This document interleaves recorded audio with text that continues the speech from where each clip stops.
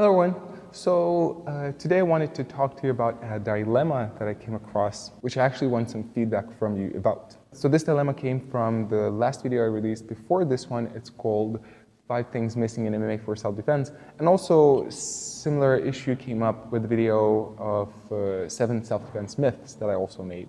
So while a lot of people received the video positively, so there's a lot of positive comments, a lot of people enjoyed them, and just looking at the ratio of likes and dislikes, it was doing really well. Yet also came across some people becoming more and more vocal about an issue they saw with me making these videos, despite the fact that it was only a few people compared to the majority who expressed this concern and this critique, this critical feedback. Personally, I really want to grow from the feedback that I receive, and I always appreciated people being critical to me and pointing out my flaws. As long as I see some truth in the feedback, I really want to dig into it, even if it's uncomfortable, but I know that that's the only way to really grow. So while the feedback touches a few different things, the main point is addressing the issue that I personally shouldn't address topics which I am not an expert in.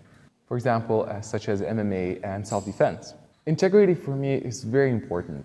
And when I hear people saying critical thoughts that I'm exploring subjects which I don't really have a lot of experience in, I see the truth behind it. It is true that I barely trained any MMA so far, and I'm new in self-defense, and despite the fact that I really spend a lot of time thinking about these things and exploring them and gathering information, my level of experience is by no means comparable to some people who did it for their whole lives. While I definitely believe in the messages that I put out, and I really put a lot of thought into it, and I try to be as sincere as I can, I consider that maybe I'm presenting those videos in the wrong way. One of the main issues could be that the way I frame these videos, I kind of talk as if I would be the source of knowledge for those videos. Well, actually, I am gathering information and inspiration of these thoughts definitely from some of the personal observations that I have, but a lot of it derives from the interviews I had with self-defense experts, with MMA fighters, and a lot of the comments that I read through. And so it's a mix of everything. It's definitely not just my experience and my thoughts. The way I frame those videos, I actually try to have myself at the back of it all. I try not to use myself as the reference point, but I just try to present information which would be engaging and interesting for people to discuss, and things which I sincerely think are important to address. I still realize it's difficult for people to disconnect the video from me because I am the face of this channel, and whenever I say something, it relates to as if it was my experience, and it's not. It's a very small bit of my experience, and it's just rather a mix of everything with the intention to bring something of value to others and to engage a conversation.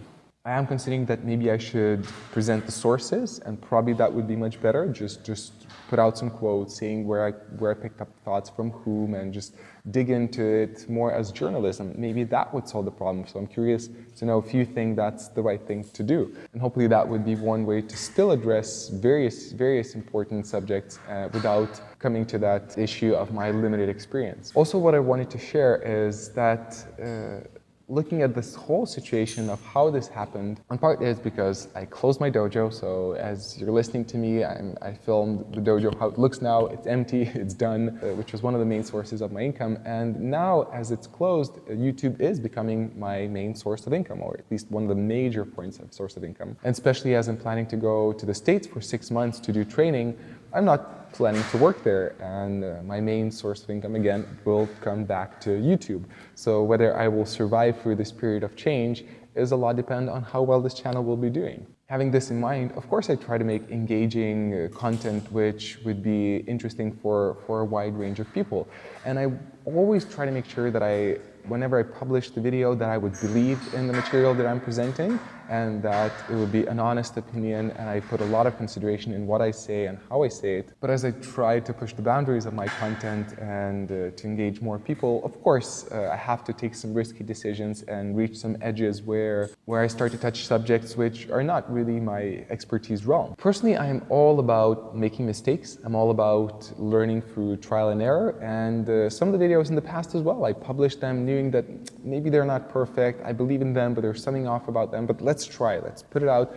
And I always trusted that if something is wrong, you as my audience, connecting through the value of critical thinking, you will let me know where I come across as doing something wrong, and you will let me know the feedback that I should change it, that I shouldn't do this again. And I think this is one of those points where I took a risk, I tried something, and while I'm happy in it to a certain degree, as I mentioned, still the integrity part is so important to me. I want this channel to be based on honesty, on authenticity, on critical thinking, on quality content.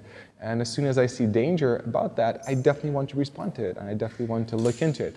But until I try these videos, until I film them and release them, I cannot know where the boundaries are. So I'm still playing around and seeing what's possible, what value I can offer to you as my audience without coming across as unauthentic or dishonest. So in the end, what I wanted to say most is I definitely see where the critique comes from. I definitely understand it, and I am very conscious about it, and I'm thinking a lot about it. But I also wanted to share my thoughts, my experience, so you would know where I come from as well, and what the situation feels like. My plan is to continue to focus primarily on my personal experience, to focus primarily on my own journey. And at the same time, I will continue to consider how I can expand this channel to make it as useful and as valuable to as many people as I can without losing on of what it is about. So in the end, I really am in a bit of a dilemma. I have my own thoughts, I have my own considerations, but I really want to know what you think about this. Let me know in the comments, let me know your feedback. How do you think I can deal with this? What do you think is the solution? Do you think I should continue to make these videos and just be careful about it? Or do you think I should really stick to my personal opinion? Of course, you can never cook an omelet without breaking an egg, and I broke already quite a few, and this omelet wouldn't have been cooked without them. And this is, again, just one of those breaking points. I want to grow together, so let me know what you think about the situation, what you think is right, what you think is wrong, how we should continue looking at these subjects, and just anything that comes to your mind. I'll appreciate your feedback. I'll definitely consider it, look at it, and I'll decide how to continue from here on. So this time I'll finish here, and as always, I wish you to own your journey.